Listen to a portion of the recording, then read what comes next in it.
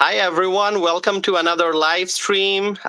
To those who have already joined, thank you so much. And I know that as soon as we start a live stream, it takes a couple minutes for more people to join after they get the notifications. So thank you all for being here. And we have a special guest today. Our guest is Heather Allen. Heather, how are you doing?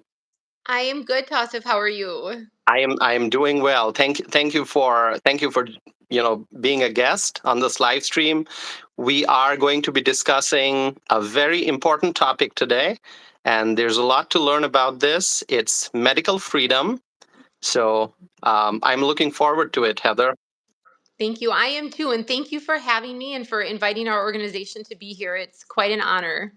Okay, it's a pleasure to be having this discussion. And I we have actually on this channel, I started doing live streams sometime back in January, and I just realized over time that there are many viewers who join us from a lot of other states. So we may have viewers from Wisconsin as well as a lot of other states, including California, New York, New Mexico, Texas, Illinois, and many more. So That's um, awesome. yeah, that's wonderful because obviously I mean, whatever we're going to talk about, we want other people to know. We want people to know what Wisconsin United for Freedom is doing. That's the organization you're representing today. So I think That's it's important for people to find out from other states what you're working on. I think Um, so too. yeah. And so we're going to go into the discussion, but before that, I will do a brief introduction. But after that, really, I'll ask you to describe the work that you do and talk more about your organization. So um, I'll do the introduction now. Okay. I see more That's people have joined. Okay. All right. So, friends, thank you all for being here. We're going to go into the discussion. I'm going to do a very brief intro. Uh, Heather Allen is a good friend. Thanks again, Heather, for being here. She is on the board of directors for Wisconsin United for Freedom, which is the largest health freedom organization in our state, in Wisconsin. And we'll go into more details on that. And when Heather is not working to defend health freedom in our state, I know that keeps you busy, but when you're not working on that, you're homeschooling your 4 children and also co-directing the homeschool co-op that you participate in throughout the school year. Is that correct, Heather? that is correct. That's correct. It's all a labor of love, I say. Okay, wonderful. So, Heather, tell us more about Wisconsin United for Freedom. I know that some of my viewers already know about your organizations, but as I said, there are many people from out of state who I believe will join as we move forward in this live stream. So, tell us more about your organization and what is it? What's Wisconsin United for Freedom? Awesome. Well, thank you again, Tasa, for inviting us and for, having us be here. We are very, very appreciative. So, Wisconsin United for Freedom is a 501c4 that was founded back in 2019 when a couple of moms decided to fight back against a bill which would have eliminated the personal conviction Mhm. exemption from immunizations for children in daycare and K through 12 students. So we were moms and dads who decided to jump into politics because we realized that our children's futures were at stake. We effectively stopped that bill in its tracks, and which allowed then Wisconsin to continue to have all three exemptions, so personal, religious, and medical. Mhm. Since then, we've grown to be, like you said, Wisconsin's largest health freedom organization committed to protecting fundamental rights and defending health freedom. We have over 50,000 community members who are all across the board on vaccines. So some don't vaccinate at all, some partially vaccinate, and some actually fully vaccinate their children. But regardless of someone's personal stance on vaccines, we stand united on health freedom. I Hmm. should also add that we are a nonpartisan organization made up of members all across the political spectrum. So, being a nonpartisan organization, we are willing to work with any of our elected officials attempting to pass health freedom legislation, regardless of which party they align with. It just so happens that one party tends to pass medical freedom legislation, while the other party tends to pass or attempt to pass bills which would impede on our personal freedoms in regards to vaccines. There have been some legislators, though, who have crossed party lines and voted in favor of health freedom bills. And we are really, really appreciative of those representatives because we know how hard it is to vote against your own party and essentially put a target on your back. So, Yeah. yeah, Hmm. that's us in a nutshell. Yeah. So, just because I have known about Wisconsin United for Freedom for a few years. Um, and, I know that there are people out there who would say, "Oh, you're anti-vax." That's not really what it is, right? I mean, can you Not can at you talk a all. little bit more about that? Yeah. Yeah. No, you're exactly right. And we have been, that name has been thrown at us, and we are definitely not an anti vax group. We have never told anyone not to get a vaccine. Our group is about educating people on, the efficacy and the safety of vaccines, and then making sure that they have the choice if they're going to get that vaccine either for themselves or their child. But we are Exactly. definitely not an anti vaccine group. Like I said, we have members within our organization that do partially vaccinate their children or fully vaccinate their children, but they just feel that that decision to vaccinate or not should be left up to an individual and not the government. Exactly. So it's all about education and making informed decisions. It's about choice, Exactly. right? It's about choice, informed consent and vaccine choice. Exactly. That's what we stand for. Exactly. So, Heather, tell us about yourself and how you got involved with Wisconsin United for Freedom. Tell us your story.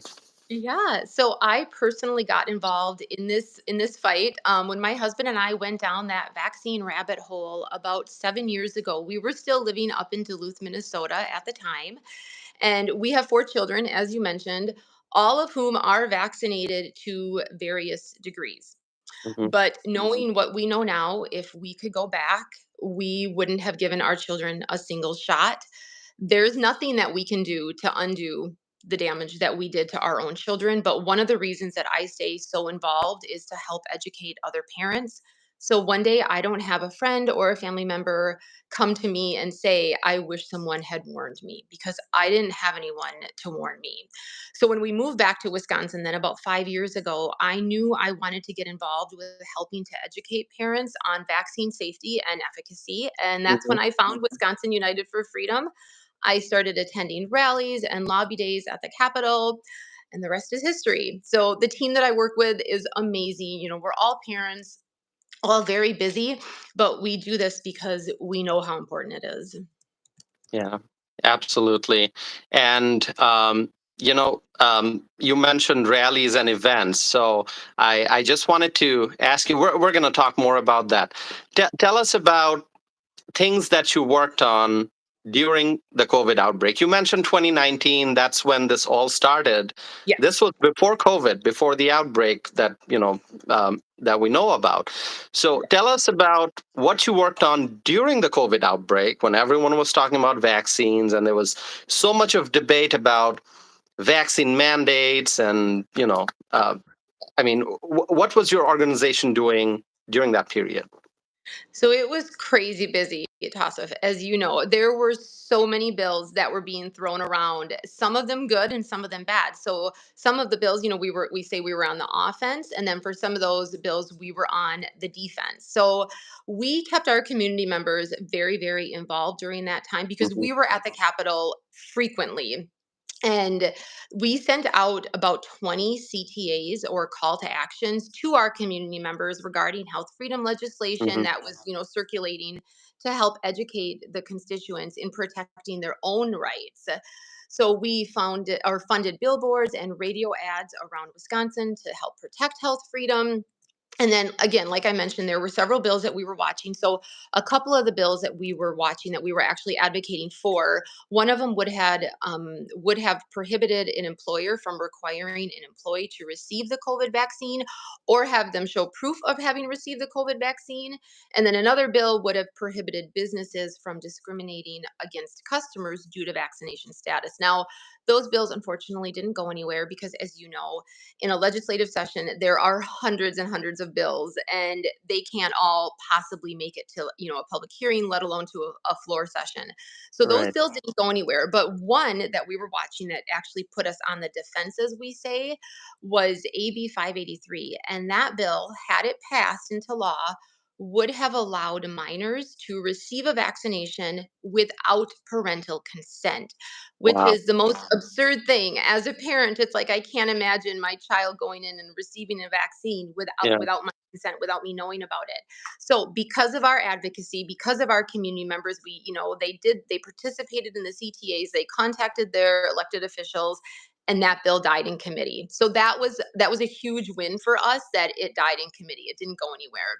Hmm. And lastly, during COVID, of course, we kept up with all of the COVID policies and restrictions and focused on preventing schools from being used as medical facilities. So where children could go in and get COVID vaccines. So Hmm. those were just some of the things we did during COVID. Yeah, yeah, and it's really important to talk about these. You've obviously, as you mentioned, you prevented a legislation from being approved. So sometimes I think when people are looking at government in general, sometimes people want to know, okay, if government's doing its job, then they should be passing legislation, right? But that's not always the case. Sometimes you have to work hard to prevent a legislation from being passed. If it's a bad legislation, you have to stop it. So Amen. And you're exactly right. And a lot of people, and no judgment, people don't realize that, honestly. So that's why we do really try hard to educate people on how this process works. But even me, Tassif, I mean, I've been doing this for a few years, and it's still like so much of it is just mind blowing, and I'm constantly learning. So that's why we try hard to help educate people. But you're absolutely. exactly right in what you said. Yeah. So my next question is, and I think you already mentioned some success that you had, but um, I'll ask you, like, when you're looking at local level, state level, and we saw this during COVID, that there were state level mandates, right? And then also individual communities had mandates and different rules.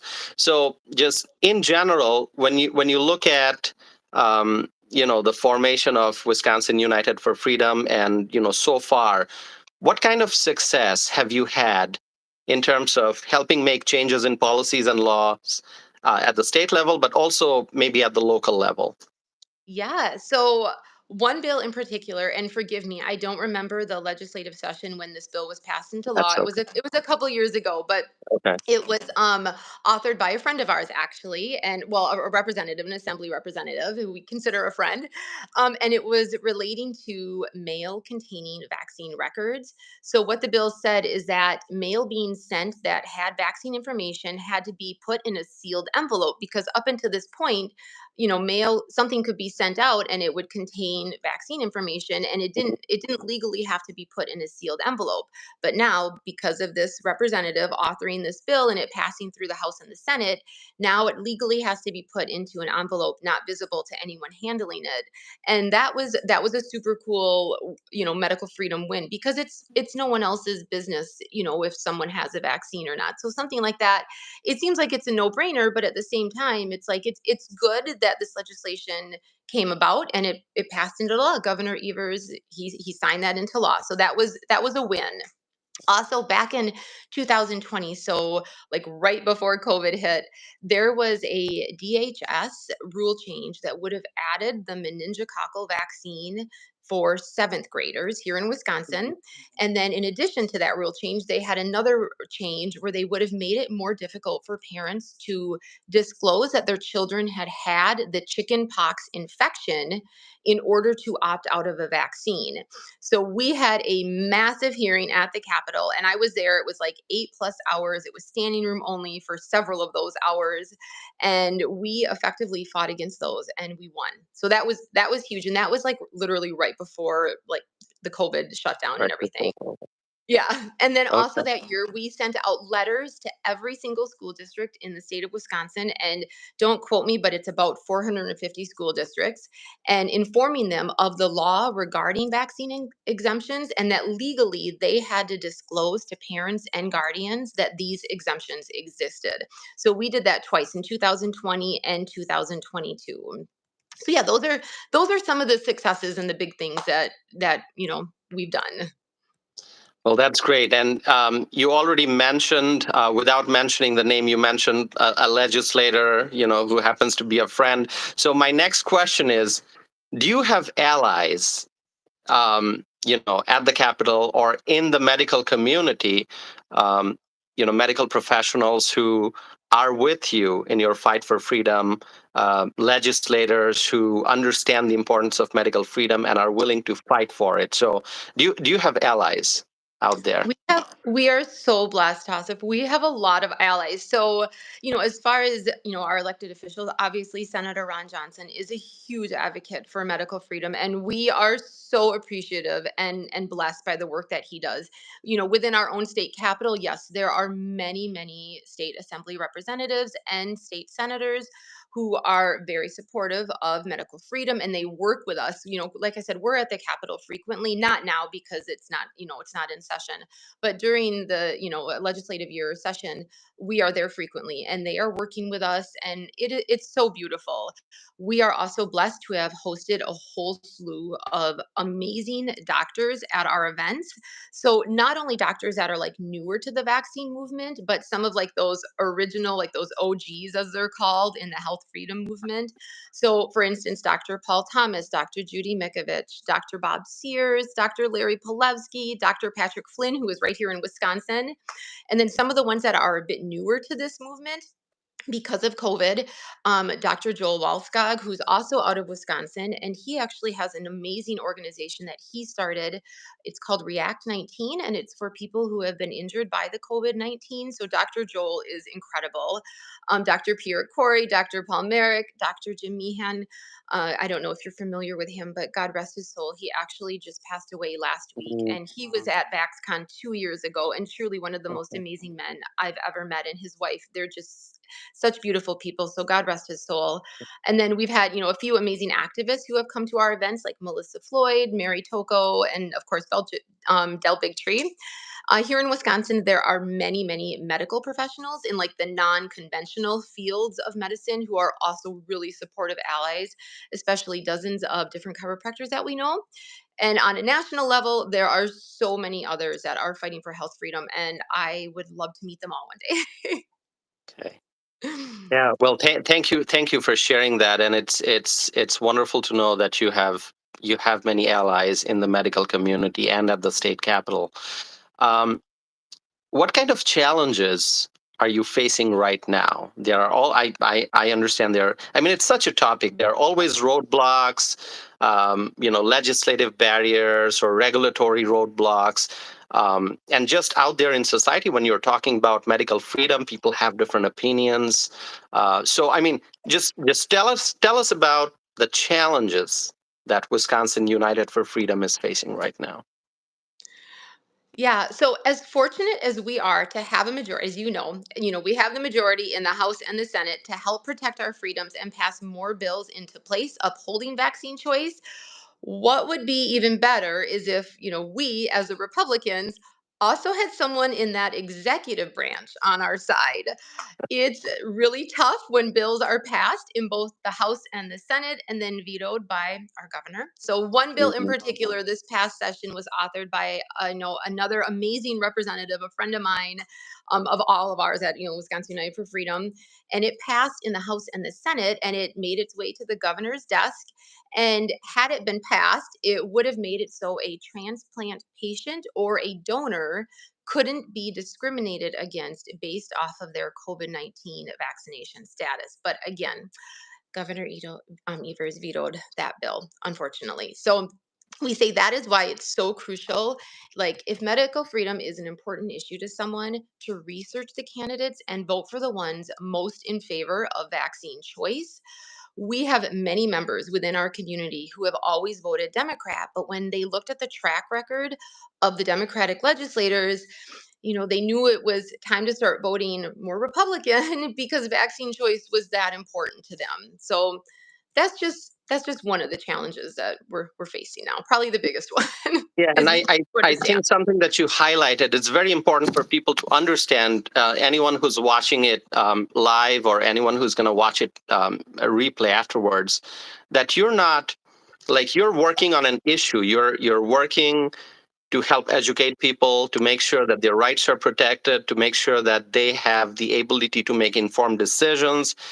You're trying to empower people so that they can have a choice. They can make their own healthcare decisions. I mean, it's really a common sense idea, right? It shouldn't be a partisan issue, but for some reason it is. But you mentioned that in your movement you have people who are both, they lean right and lean left, but you have found common ground, that you're fighting Exactly. for medical freedom. Okay, so Exactly. It's so beautiful, and you're exactly right. That's a good way to say it. yeah, and so what do you think is the reason why the governor would veto legislation that would promote medical freedom? I mean, I don't know if you've ever had an opportunity or anyone from your organization to sit down with Governor Evers and have a conversation, like one on one, We've like. tried. We've tried. We've put our name on the list. Oh my goodness, I can't even tell you how many times we have put our name on that clipboard to try to have a meeting with him, and it has yet to happen.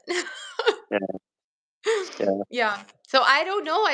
I mean, I can't speak for him, of course I can't. I'm not, right. but I think a lot of it is that they stay party line, and it's the same reason that a lot of the legislators that they don't cross party line. I mean, there are a few that do in the assembly, but it Mhm. is very, very party line, those bills, all of them. It's not just for the medical freedom legislation. It's everything is for I shouldn't say everything, but for the most part, it's very party line. So, Yeah, and that's and unfortunate. That's unfortunate, especially in medical freedom, like you said, because this should not be a Republican Democrat issue at it's all. common But sense. Yeah, yeah, but it is for some reason. I don't know.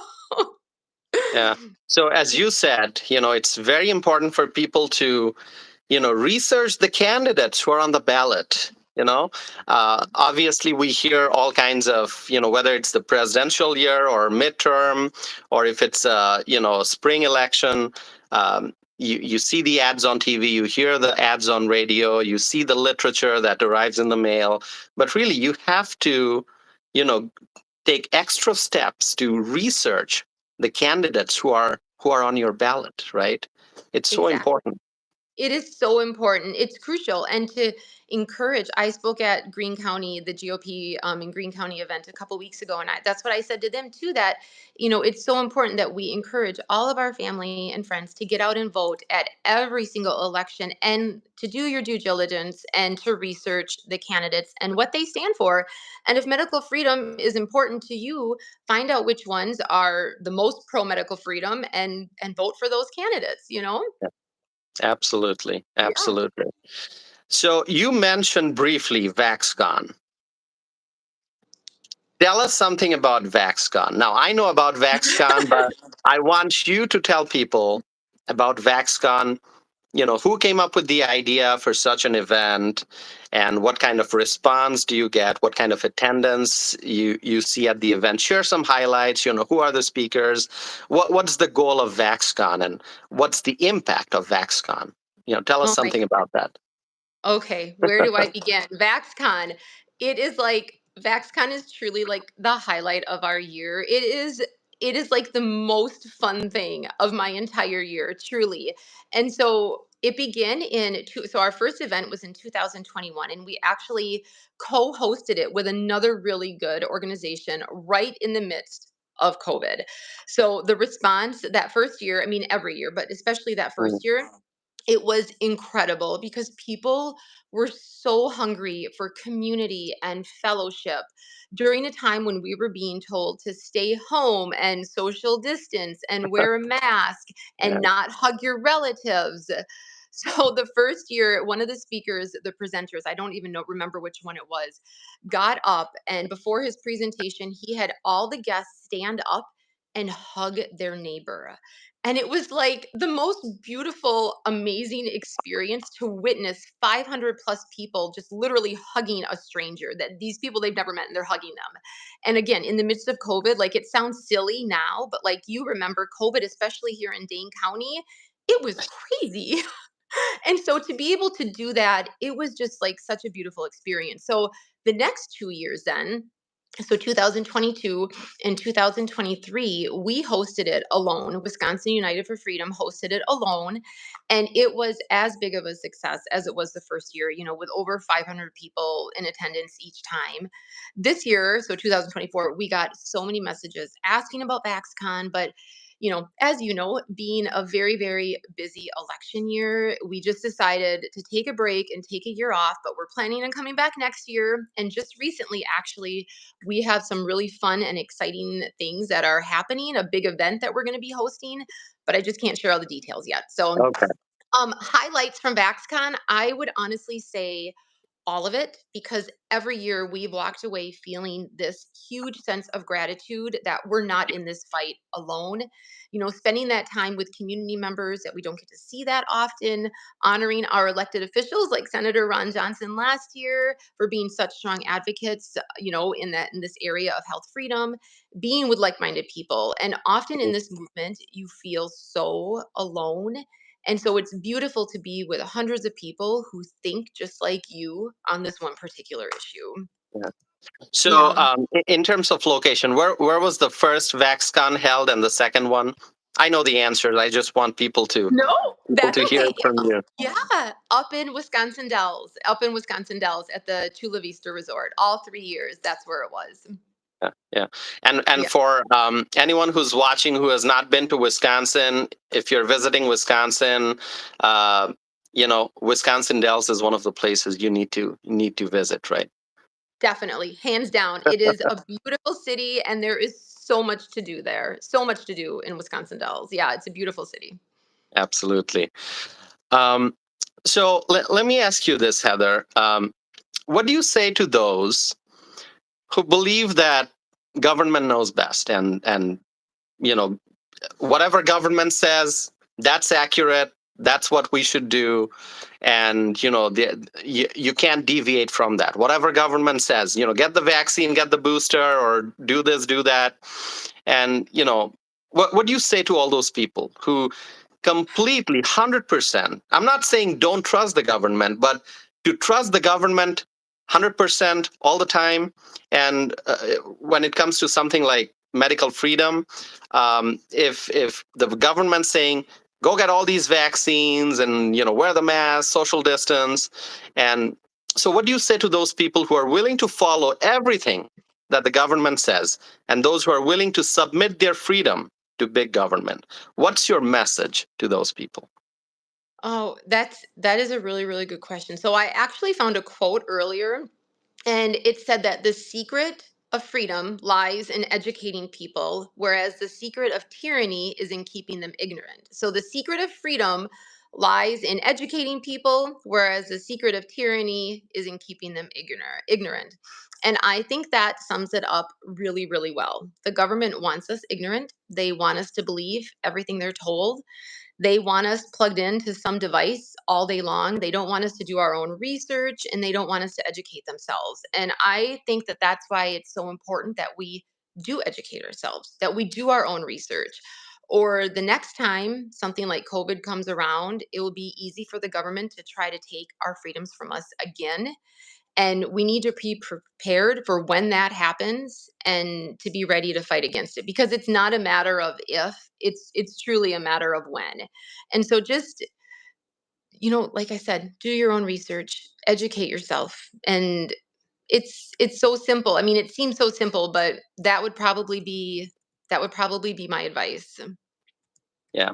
Yeah, to be knowledgeable and to look for information, to look for facts, and to be able Exactly. to separate, fact and fiction, right? Uh, Exactly. yeah, Yep. it's all about being empowered. Mhm. If you are, if you're not knowledgeable, if you don't know what you're doing, and if you're just like listening to the government all the time, 100%, then do we really are we really free, right? Exactly, exactly. And I'm not saying that the government or that there aren't, some elected officials who don't have, our best interests at heart. I do truly believe that there are some elected officials who do have our Absolutely. best interests at heart. I'm not saying that they're all evil and they're all corrupt. I would No, never ever say that. But it's important to do our own research with everything, right? With everything. Always do your own research. Just don't blindly trust anyone. Don't blindly absolutely. trust me. Do your own I, research. I mean, we're finding out facts about this whole COVID outbreak and everything. Years after, like now, when you see some of the hearings that are taking place, and a lot of new information being revealed to the public, and so it's really a lesson that, like, do your own research, try to be informed, try to make your own decisions. Obviously, consult with your doctor, consult with Yeah, your, whoever you trust. But at the end of the day, I mean, you're not saying, you know, as I mentioned earlier, you're not anti-vax. You're like, okay, you want to get the vaccine, do your research, make an informed decision, and if you think it's not for you, don't take it. The government should not be able to force you, right? exactly. Yeah, Exactly. And if you do your research and if you feel like that is something that would be in your best interest, then by all means, I'll drive you to the clinic, right? yeah, Yeah. right. Yes. So if there are people out there watching, um, who believe, if there are people out there watching who believe, in empowerment and in being informed and in making informed decision, and if they want to get in touch with you to be a part of your movement, um, what should they do? Where should they start? I mean, you are Wisconsin United for Freedom. You're in Yeah. Wisconsin, but as I said, I have viewers from many other states. And if they are like minded and if they want to know more, if they want to get involved, is there a way for them to do that? Definitely. So our website, because censorship is real, and we know we're all walking that censorship tightrope. So we are on all of the social media platforms. You can find us on Facebook and Twitter or whatever. What is it? It's X now. I'm sorry, it's not Twitter, X, right? X. X. formerly So Twitter. Yeah. exactly. Yes. I can't keep up. I can't keep up with all. They keep changing the name, but we're on all the social media platforms. So you can find us, under Wisconsin United for Freedom. But the most important thing and the easiest, the best way to find us is to go to our website. So it's wisconsinunitedforfreedom.org. So the whole, like, Wisconsin United for, not the number, like the word FOR, for freedom.org. And then if you scroll all the way down to the very bottom of that page, you will be able to sign up to receive our information. So if either we send out a call to action, or if we, information on upcoming events, like, we email out all of our community members who are on our email list with that very pivotal information. Oftentimes, or I shouldn't say oftentimes, always, we also post it on our social media platforms. But again, because censorship is real, Hmm. the best thing to do is to, sign up to our email list. And then if you do have questions, there's a way on our website to also contact us. You can also find us, if find us on Facebook. You can also send us a Facebook Messenger. So either of those two things work in order to reach out if you have questions or whatever it may be. And on the bottom of our homepage on our Wisconsin United for Freedom.org, on the very bottom, in Wisconsin. So if you're in Wisconsin, we have 5 different regional groups, and you can also request to join one of those various regional groups depending on where you live in Wisconsin. So if you live, let's say you live in Madison, you would request to join the Southern Regional Group. If you live in Milwaukee, it would be the Southeastern Regional Group, and so on. But all of that is listed on the bottom of our homepage, on our, yeah, our homepage. That's wonderful. And you know, finally, I want to ask you, and I feel like lots of other questions are popping up as we're having this conversation. Um, but I'm going to ask you: how hopeful are you that more and more people will understand the importance of medical freedom? I mean, there are so many terms out there, and people look at medical freedom, okay, and then, move on to the next topic because we're dealing with so many issues every single day. There's inflation, there's, gas price increase, and there are wars and conflicts all over the world, and there's border crisis. And so it's very easy for, a topic or an issue to get lost, because there's so much going on in the world, and people are stressed. Obviously, this economy is so, not Yes, good. not um, good. so um, given all that, and given that we're heading towards a presidential election, how hopeful are you that more and more people will actually pay attention to medical freedom, and just focus on it and understand how important it is? Because if you don't protect it, it's lost. You have to continue to protect medical freedom to make sure that some bureaucrat or some agency is not trying to take that right away. So are you hopeful? I am, Tasif. I'm so hopeful. I think that, as as awful as COVID was, especially, and because we're both in Dane County, it was really hard here. It was very, very hard in counties like Dane County. And as awful as COVID was, I feel like the silver lining to COVID, if anything good came out of COVID, the silver lining would be that people have really woken up to the need to be able to make choices for themselves and for their children in regards to vaccines. And so I personally feel very, very hopeful that, again, when this happens again and the government, throws the next thing at us, whether it's the bird flu or whatever, is coming down the pipeline, I think that people are going to be ready, Yeah. and they're going to not just, do what they're told. And, I'm sure you've seen like the hat and the shirts that say, lions, not sheep. And I think that more and more people are becoming lions, not sheep. So I Mhm. feel very hopeful about all of this, honestly. Yeah. Now, you mentioned obviously over the course of our conversation that there are some, great elected officials who are willing to fight for medical freedom. They're fighting for medical freedom, state level, federal level, and then there are people who veto legislation, common sense legislation. And so, in some ways it seems like it's like big government. And I'm not saying every elected official, because there are some great elected officials, but it seems like there's this like big government and the bureaucrats versus medical freedom. It seems like it like right now it's government versus medical freedom.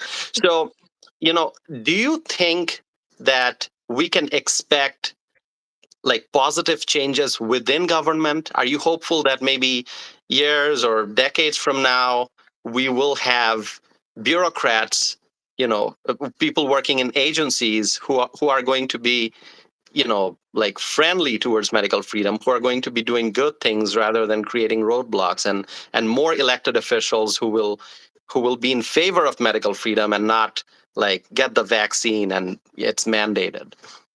Like changes That's within government moving in the right changes within direction.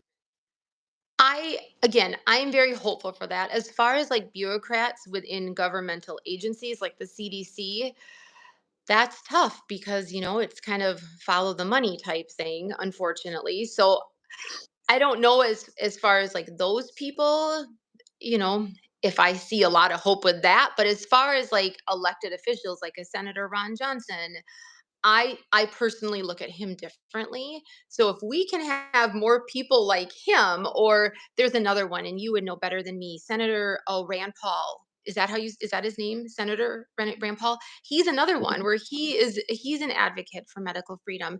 So we need people like them, elected officials like them. And then, if the bureaucrats try to start, something, maybe we can hopefully have these elected officials put them in their place. I guess maybe that's my hope. Maybe that's wishful thinking. I don't know. I tend to be more of an optimistic person, but that's my hope. I think, and again, the more people that wake up to the importance of medical freedom, I think that the chances for these positive changes happening, I think they're there. The more people we have being lions, not sheep.